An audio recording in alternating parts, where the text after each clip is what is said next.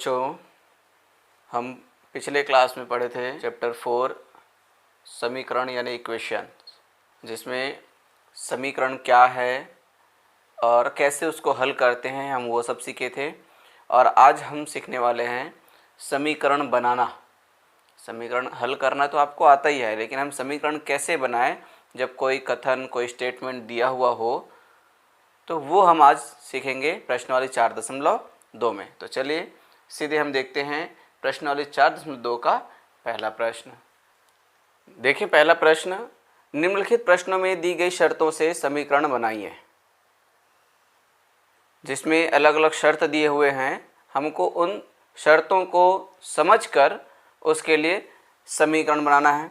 जैसा पहले शर्त है, किसी संख्या के 2/3 भाग का मान 24 है। शर्त को समझें, किसी संख्या के 2/3 भाग का मान 24 है। तो किसी संख्या यानी मान ली क्या है, x है, तो वो हो जाएगा उसके 2/3 भाग, तो x गुणित 2/3, या सीधे सीधे लिख सकते हैं 2/3x का मान 24 है बराबर 24। बस इतना ही। उसी तरह से दूसरा कथन या दूसरा शर्त देखें, पिता की उम्र पुत्र की उम्र की दुगनी है तथा दोनों की उम्र का योग 51 है। तो पिता की उम्र पुत्र के उम्र से संबंधित है, क्योंकि उसमें कहा है कि पुत्र का उम्र का दुगुना है। तो हम पहले पुत्र का उम्र हमको पहले जानना जरूरी है। तो मान लिए पुत्र का उम्र x है, तो पिता का उम्र क्या हो जाएगा 2x। ठीक है ना, पुत्र का उम्र अगर x है तो पिता का उम्र हो जाएगा 2x, क्योंकि यहाँ कहा गया है दुगुनी यानी 2 गुणित, तो 2 से गुणा कर देंगे तो पिता का उम्र 2x। अब दोनों की उम्र का योग 51 है, यानी पुत्र का उम्र और पिता का उम्र दोनों का योग है 51। ठीक है, बस इतना ही। इसी तरह से तीसरा देखें, किसी संख्या के 1/10 भाग का मान 2500 रुपये है। तो किसी संख्या के 1/10 भाग, तो किसी संख्या मान ली वो क्या फिर से x है, तो x गुणित 1/10, या सीधे सीधे 1/10 गुणित x, या आप लिख सकते हैं x/10, क्योंकि संख्या का 1/10वां भाग क्या है 2500 है 2500। तो इस तरह से ये शर्त को हम समीकरण बनाएं। ऐसे ही चौथा और पांचवा भी देखते हैं इसी का। लगातार 2 संख्याओं का योग 15 है। चौथा जो शर्त है वो है लगातार 2 संख्याओं का योग 15 है। तो फिर से यहाँ पर 2 चीज़ें हमको जानना है। 2 संख्याएं हैं, लगातार है, तो लगातार का मतलब एक संख्या और जस्ट उसके बाद की संख्या। तो मान लिए एक संख्या है x, अब उसके बाद की संख्या क्या होगी, तो x-1 है ना। जैसे 5, तो 5 में के बाद क्या आएगा 6, तो कैसे आया 5 में 1 जोड़ने पर, तो जस्ट 1 जोड़ने से, सिर्फ 1 जोड़ देने से अगली संख्या हमको मिल जाता है। तो लगातार 2 संख्या है, तो पहली संख्या x, दूसरी संख्या x-1 बराबर 15। तो ये हो गया शर्त पूरा, यानी एक समीकरण बन गया। पांचवा है, किसी परिमेय संख्या का हर अंश से 5 अधिक है एवं परिमेय संख्या है 19/24, तो हर जो है अंश से 5 अधिक है। तो अगर मान लिए अंश x है, तो यदि अंश x है तो हर क्या होगा 5-x, यानी ये अंश x है तो हर क्या हो जाएगा 5-x, या x-5 भी आप लिख सकते हैं बराबर 19/24, क्योंकि कहा गया वो परिमेय संख्या 19/24 है। ठीक है, तो इस तरह से ये हम समीकरण बनाना, जो शर्त दिया हुआ है, जो कथन दिया हुआ है, उससे समीकरण बनाना हमने सीख गया। हल करना तो हमको पहले ही आता था, लेकिन आगे जो प्रश्न दिए हुए हैं उनमें अब हम दोनों काम करेंगे। समीकरण भी हमको बनाना है और उनको हल भी करना है। ठीक है, तो चलिए देखते हैं कुछ और प्रश्न। दूसरा प्रश्न देखें, किसी संख्या के 7 गुने में 3 जोड़ने से उसका मान 31 हो जाता है। तो यहाँ पर जो कथन दिया है, किसी संख्या के 7 गुने में 3 जोड़ने से उसका मान 31 हो जाता है। तो ये हम कथन बनाना, साथ ही कहा गया संख्या ज्ञात कीजिए, तो हमको ज्ञात भी करना है। तो देखें हल, किसी संख्या के 7 गुने में, ठीक है, तो पहले सबसे पहले तो मान लीजिए जो चीज़ ज्ञात करना है, माना वह संख्या x है,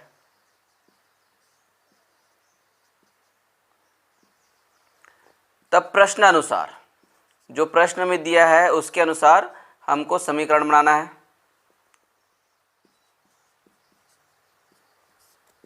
क्या दिया है? संख्या के 7 गुने, मतलब 7x में 3 जोड़ने पर धन 3, उसका मान 31 हो जाता है, यानी बराबर 31। तो ये 7x धन 3 बराबर 31, ये बन गया हमारा समीकरण। ठीक है, अब हल करते हैं। ठीक है, हल करें बस इसी को। 7x यहीं रहने दीजिए, 31 के बाद 3 उधर जाके ऋण 3 बन जाएगा। 7x बराबर 31 में 3 घटाएंगे तो ये बन गया 28। x बराबर 28/7, यानी 7 एकम 7, 7 चौक 28, तो x का मान आ गया 4। ठीक है, तो बस अब आप लिख दीजिए, अतः वह संख्या 4 है। ठीक है बच्चों, तो समीकरण बनाना, किसी कथन से, किसी स्टेटमेंट से समीकरण बनाना और उसको हल करना, तो हल करना आपको आता ही था, पर अभी फिर से अब अपने बनाए हुए समीकरणों को हल करेंगे। तो इस तरह से सबसे पहले ज़्यादा जरूरी है, महत्वपूर्ण है वो समीकरण बनाना। अगर समीकरण सही नहीं बनेगा तो हल भी सही नहीं आएगा। तो इसको ध्यान से, शर्त को अच्छे से समझिए और समीकरण बनाइए। तो ये प्रश्न 2 भी संपन्न हुआ। छठवां प्रश्न है, किसी आयत की लंबाई और चौड़ाई का अनुपात 2:3 है। यदि आयत का परिमाप 90 सेंटीमीटर हो तो आयत की लंबाई एवं चौड़ाई ज्ञात कीजिए। तो देखिए यहाँ पर जो प्रश्न दिया है उसमें किसी आयत की लंबाई और चौड़ाई का अनुपात दिया है 2:3, साथ ही बताया उसका परिमाप 90 सेंटीमीटर होता है, तो आयत की लंबाई एवं चौड़ाई ज्ञात कीजिए। तो ये अनुपात वाले प्रश्न हैं और अधिकांश अनुपात वाले प्रश्न प्रतियोगी परीक्षाओं में भी पूछे जाते हैं। तो इस तरह के प्रश्न हल करना आप सभी को आना चाहिए। जो लंबाई और चौड़ाई का अनुपात दिया है 2:3, उसी को ही हम शुरुआत करके चलेंगे। माना आयत की लंबाई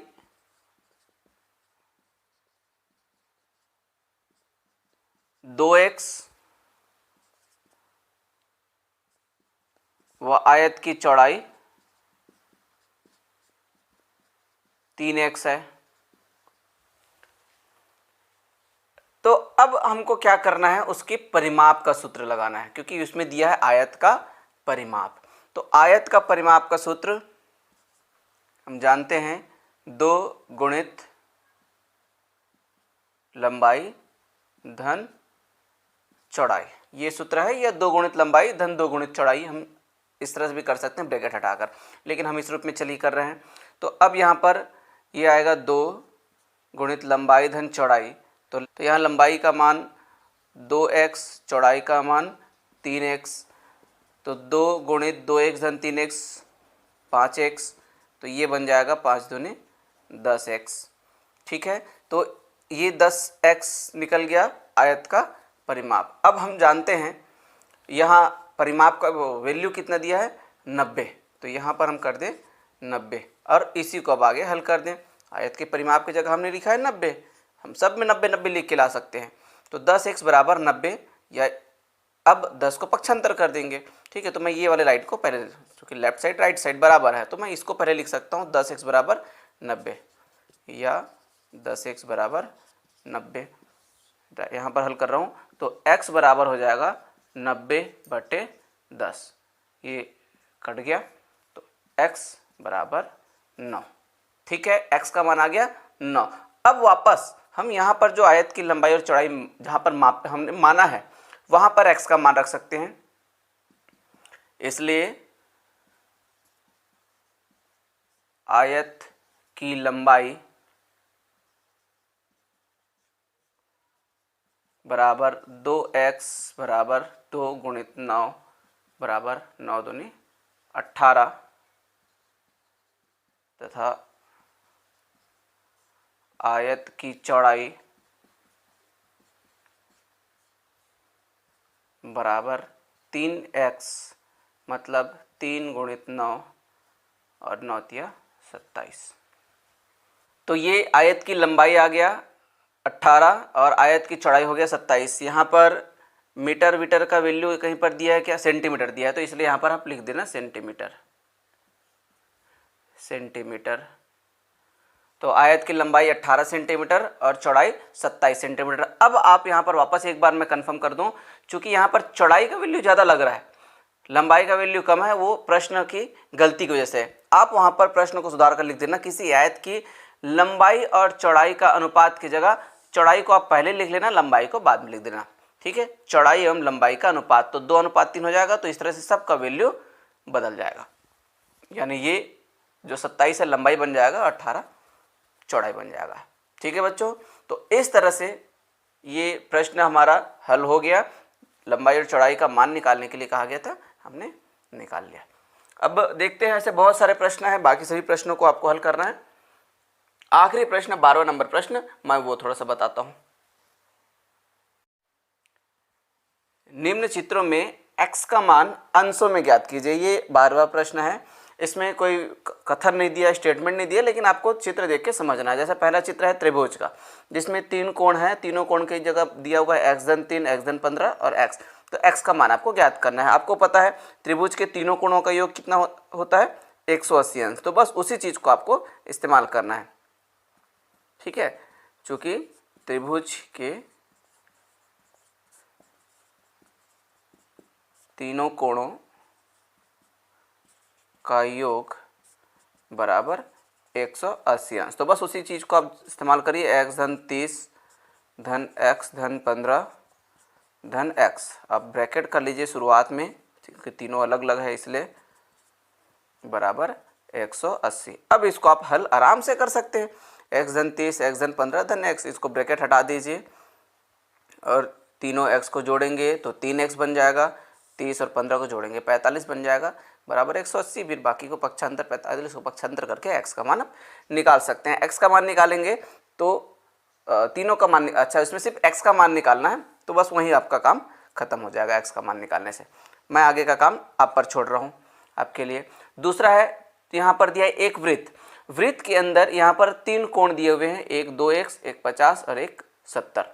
फिर से यहाँ पर आप क्या करेंगे, ठीक, चूँकि वृत्त का अंदर का अंतः कोण कितने अंश का होता है, या वृत्त का संपूर्ण कोण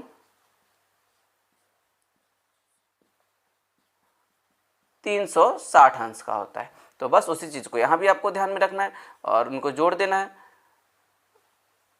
2x धन 50 धन 70 बराबर 360। ठीक है, और यहाँ पर भी वही काम करना है, इनको जोड़ना है, इनको पक्षांतर करना है, फिर 2 को नीचे, तो हल करना आपको मैंने बता दिया। तो ये वाला काम भी आपके लिए, सिर्फ मैं ये हिंट दे रहा हूँ कि कैसे हल होगा।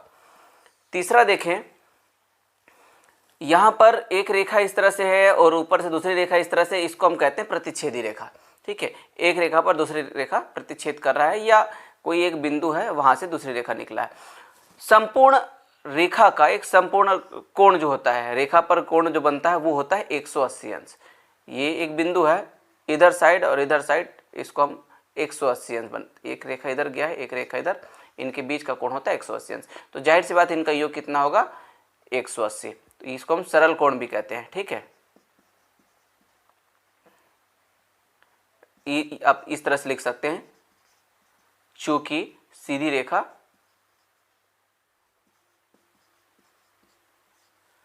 एक 180 अंश का कोण बनाती है, तो ये बन जाएगा 110 अंश धन x धन 40 बराबर 180। और फिर इनको हल कर दीजिए, पक्षांतर कर दीजिए, x का मान निकाल लीजिए। ठीक है, तो ये 12वां प्रश्न आप बना लेंगे और 12वां के अलावा जो प्रश्न बचे हुए हैं उनको भी आप हल करें, प्रैक्टिस करें। तो प्रश्नावली 4.2 के साथ ही ये अध्याय 4 भी यहाँ समाप्त हुआ। अब मिलते हैं नेक्स्ट वीडियो में। बाय बच्चों।